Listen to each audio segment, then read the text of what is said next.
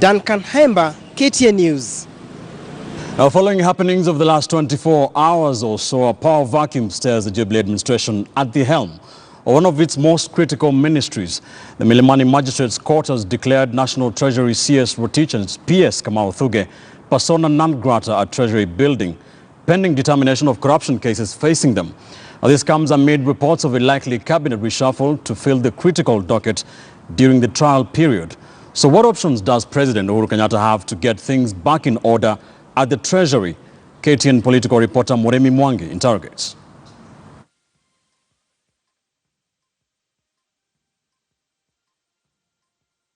Anyone whose case goes before court will be removed from government. Perhaps the most outstanding statement from President Uhuru Kenyatta's largely underwhelming April 2019 State of the Nation address. Only 3 months later, Treasury Cabinet Secretary Henry Rotich and his Principal Secretary Kamau Thuge are in the dock for corruption, with a tag on their heads as persona non grata anywhere near their offices at the National Treasury. The CS in charge of Treasury or Finance is not any other ministry. It is the heart and the heartbeat of the country or the ministry of the government. So that was very significant. And if I was in the government, I would be very concerned about it. But what really are the president's options? Should Kenyatta opt to sack Rotich and pick a new Treasury CS outside his current cabinet? The nominee would have to go through the 14 days window of parliamentary vetting. Observers, however, say the president's likeliest move is to go the traditional route of picking one of his current CSs in acting capacity at Treasury, pending conclusion of the Rotich trial, or until when the president makes a decision on whether to replace him.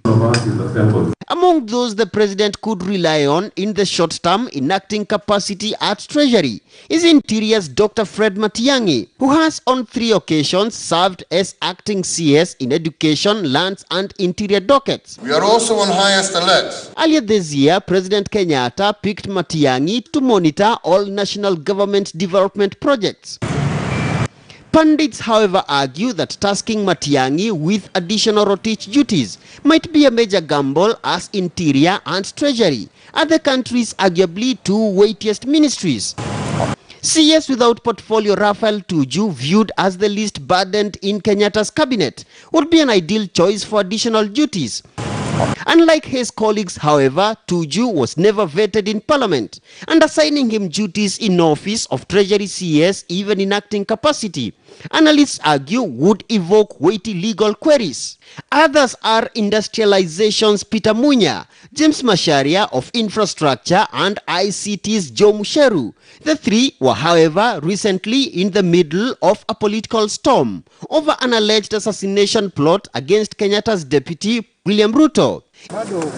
In Thuge's case, given the highly technocratic nature of a principal secretary's job,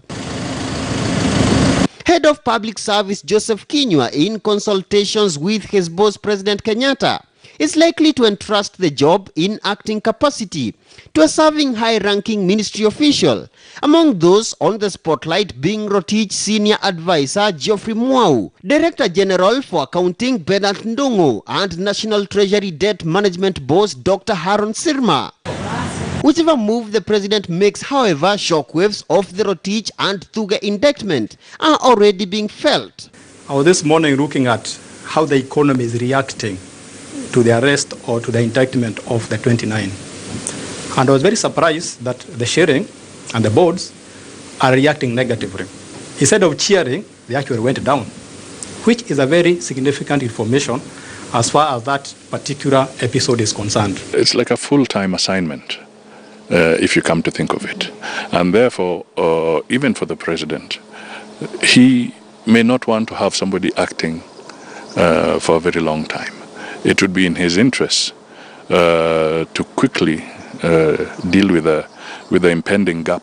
The country's financial engine is exposed, and as the president continues grappling with the Rotich and Thuge indictment, the stability question yet again dogs his cabinet as the court cases continue. Moremi Mwangi, KTN News in Nairobi.